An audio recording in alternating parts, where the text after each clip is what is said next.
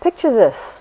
A young service delivery manager applies for a promotional move to another company. He has a shiny and impressive CV and sends it through to the recruitment agency. They call back the next day saying, sorry, you were unsuccessful at getting an interview.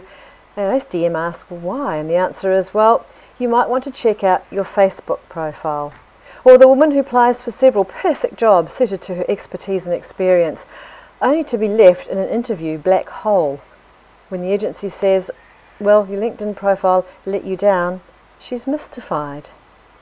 Now these people are suffering from a corporate case of plumber's bum. Risky, unintentional, digital exposure.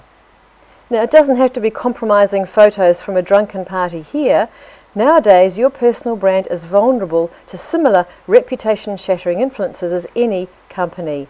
And today I'm going to suggest that you check out 3 things on your profile. You see, job security is no more. We are our own portable business, so how our shop front appears is an indication of what is inside. Your most valuable real estate on the net is your LinkedIn profile. Now, I'm going to assume you already do have one, of course. If you don't, well, you're invisible to the vast majority of your potential employers, maybe even your current one. If you do have one but it's incomplete, what's that saying about you? No, it's not saying I'm incredibly busy and don't have time for this. It's more likely to be, well, I'm not up with social media or interested in being part of the world's largest professional network. Now, have you noticed your viewing behaviour when you're checking out a person's professional profile online? If you're anything like me, then you don't have much time, which means you're probably sizing them up quite quickly.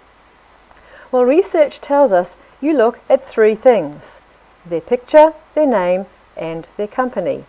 After those 3 boxes are checked, and if they still have your attention, you might read into their profile a bit further. And that's the key though, isn't it?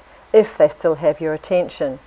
The internet is a visual platform first and foremost, so why do people have rubbish profile pictures? I think it's because they mistakenly think, oh well, it's just a headshot, quick head and shoulders, quick click, upload, she'll be right.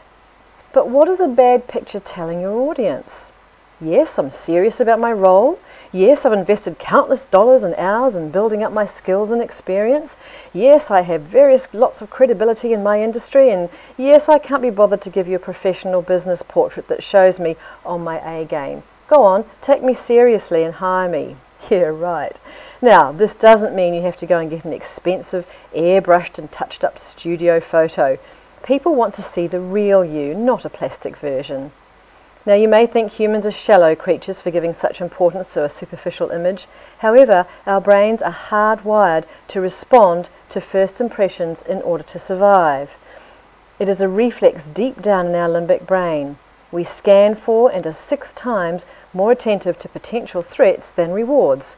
And if our threat response is aroused, and a poor picture will do that, we filter any following information accordingly. So please, make it easy for people's brains to see you at your best. Have a decent photo.